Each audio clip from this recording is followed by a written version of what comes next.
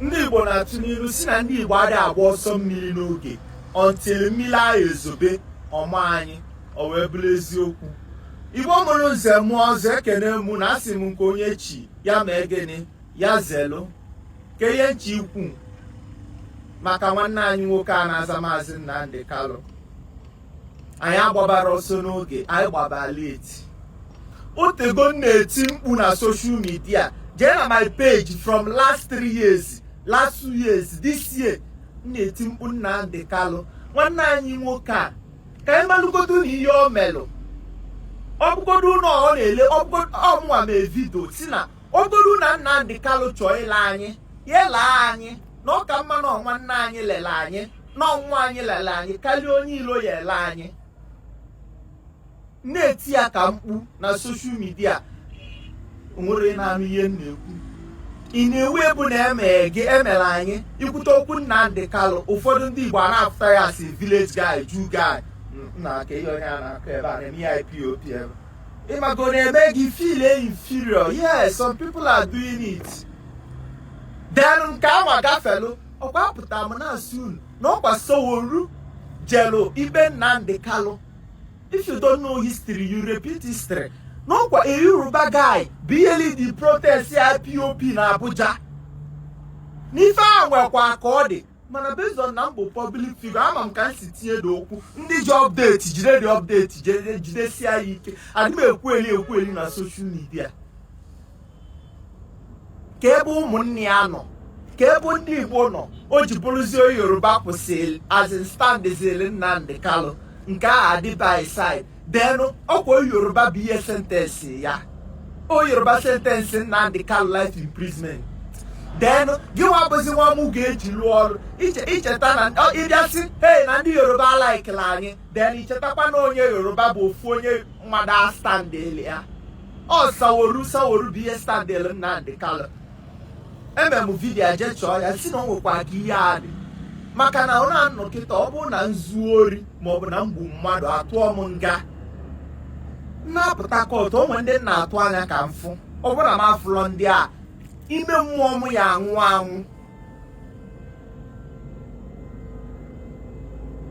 N'ezie anụ kịta ka onye ọbụla na-eti mkpu justice for Nnamdi Kalụ a na-eti mkpu ya kemgbe mana abịa design ya n'ụsọ ndị ji ego ka a na-erespect na this life, which is very bad. Onye ji ego, ife onye ji ego kwanyeli ya ugwu. Ife onye ji spiritual power kwanyeli ya ugwu. Maka na ịma ji ego nwee spiritual power. Isaida na iji ego, ị nwere spiritual power maọbụ na ị nwere spiritual power ijili ego. And ndị nwee spiritual power adịghị eji ego. Fada enwe ego, ịma nwe ife na abụ. Ọ maka na Nnamdi Kalụ adị akụ ka Obi Kubana. Ọ na-egosi ụlọ ogo 100 billion. Ọ bụrụ na ọ na-agba update ife okwu onye ọbụla worship bịa mana ọ maka na ọ da-agba update. Ọ ya mere Nnamdi Kalụ na-ekwu okwu na-ewe okwu onye agụụ.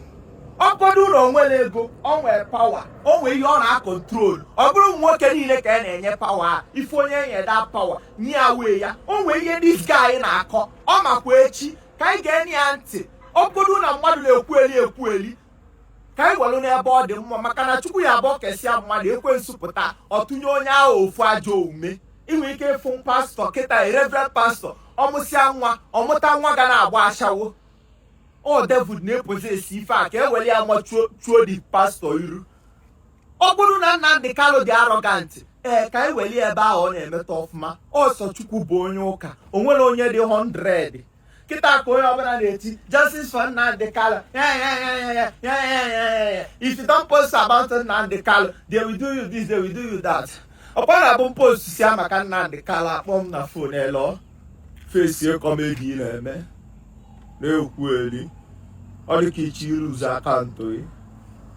Isi na ọkwa ndị mụ na afa na-ekwu the same language na-agwa m udo okwu a nwesịkwa ntinye isi fede Igbo ofu mebe nke ka nke na-abịa ime onye ọbụla nọdị na-abịa anyị malụ nọdị mpịtị na-abịa ikwe ndị agbụgbọ m ndị big man ndị anyị masị na ọfa bụ anyị target secure kwanụ bụ na ọfụma malụ na ụdị ndị sekuriti na-akpọta maka oke nọ n'ụlọ ya agwakwa oke nọ n'ilo n'ogiri dị na ngịga asị m na egwu edike na ọgwụ ụlọ ọgwụ ezi anya eme anya jee na newspaper anwa ngo daide saworu bụ ihe lidi di protest jee na okpu yelo afa kpu n'isi ọkwado the same mission ka na Nnamdi Kanu na-achị n'azụ ya jee ibel ya onwesịkwa n'ihe okwuteni onwere n'ihe okwuteni adị m ekwukwa na ọka ya bụrụ tribalism adị m ekwukwa ihe tribalism no if you don't know history you repeat history nwere na nsị kezi ebe ụmụnne ya nọ onwere na onye be anyị pụta anụ oge a ka anọ kpesia ikpe mee ife niile nwanne anyị ka ejizi eme politiks chọọchị agwụkwugwuo ọgbazego ka ihe sikwanụ m kwuo wọdụdaino ka ihe m na-ekwukwanụ anyị atakata ahụfụ na ọdị n'ahụfụ nwụọ anyị fụala obere ego anyị efile comfortable anyị ada akịọzi about the poor people kee maka ndị ọ na-afịala arụ kee maka ndị nọ n'ogbe ndịda ka ọ n'ịmara na ihe isi ike dị n'ogbe ndịda ọ n'ịmara na people na-ata ahụfụ anyị pụtara anyị na-esonye social media na nwanne anyị a bụ eziokwu ka ọ na-ekwu then anyị ji maka our selfish interest nwa anyị ikpe ọnwụ which is very bad. Ọ bụrụ sọ onye nwe ego ka a na-akwanyere ugwu ife onye ji spiritual power kwanyere ya ugwu ife onye ya apụtasị na mmiri ya ezo by 10 o'clock mmiri zo by 10 respect ya na onwe ife onwe hey ndị a very smart ọ bụrụ Borasco si no best mind design this ha chọgodo ume ịmagodo ndị bi ya aseti this game na-ekwu etinye protest ahụ etinye na Abuja bụ ihe ka echekmetie mmanụ ka IPOP ra enenesia ndị onye abụ onye isi pụtasị nna ụsụnwụ mmadụ anụrụ afugo na mmadụ anụrụ ewe go unu anụkata onye kọmanda ọzọ abịa na kọmanda unu na-eso onye a n'azụ ịghọtala ụdị ife afọ iji ekwensu juna na ọrụ ya ichi isa agwa ofu masta kwechiri na ofu masta afọ kpom n'isi nwunye ọya bụ omesịa like this nnọdụ anya mmiri a na-agụ m say the good my people anakata ofu onye si ebe osi ọbịa wine ya unu asị na Nnamdi Kanu mere gịnị na o mere nke a na o mere nke a mana ndị na-emekarị nke Nnamdi Kanu mere ka nkụ ama agwa anyị nọ na this country mụ na anyị na-abụ nọ ka a bandit nyagode ebe 25 cup of magazine bulu rifle bulu ml pụta na negotiate with government. Then na this same country ka mụ na anyị na-abụ nọ mmadụ ekwukwa maka freedom akpụrụ onye a tinye life imprisonment ifro na balance lo it didn't balance na-emegbu anyị emegbu na-eti aka mkpu ọ bụrụ kịta ka m abịa kwubezie maka Nnamdi Kanu maka ebido m n'otu kwubi ya ọnwa egwu ndị nne na-agụ nne jọ njọ ọma mma ọkwanụ nne gị nne o nwegodo ihe bụ na nke a bụ nke anyị si nyegodo ihe nke na ihe ụmụ ihe bụ na ife a bụ ife unu ama mmebi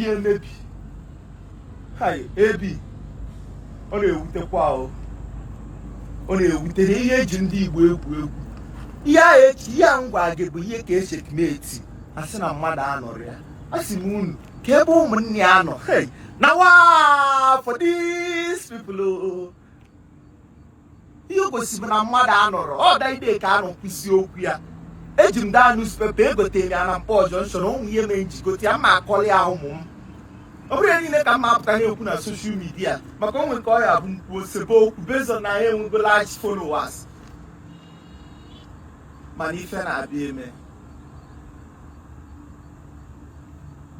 ma ndị anwa sole ya onye ọbụla ya eketesi ya onye ọbụla ya kọntaktị si apa mpekele apa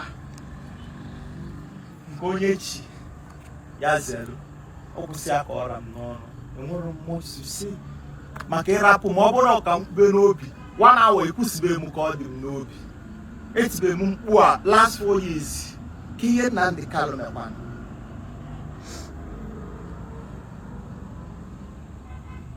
mana kekwa n'ime ụmụ ọkwa bandit ka unu ya na-abụ na-negotiate ọkwa bandit ndị na-egbu mmadụ ndị enwudere egbe n'aka fa ejidekwa penknife n'aka Nnamdi Kanu asị ya jide ya kugbuo ya. Can any good thing come out from Nazareth? Ejide nwa akọ ifeti nkakụ pan. Ọkwa ndị ọ na-azọlụ egbukwa mmịa egbu mpịa. Ndị ahụ ọ na-azọlụ afọ dị ife afọ asị ya nwoke jezuo ike. Egbu edike na ọgwụ ụlọ ọgwụ ezi ema ya bịa na famili onwe onye na-edobe. Ịchọ ịbata famili a iji maka onye a sọ the person anya. Then abịa na famili unu wepụ onye ahụ a na-asọ anya na be unu. Nya anọkata kịta ọ dịghị ka Soworu with barista anwa sentence Nnamdi Kanu eji maka Nnamdi Kanu na Soworu agbaba wọ. Nya nnọkata nji maka onye ilo mụ na nwanne m anụ bọọgwụ ịghọta ụdị ife afọ. The same thing na ofu ife bụ ofu. But ndị design this game dị very smart. Peace and love.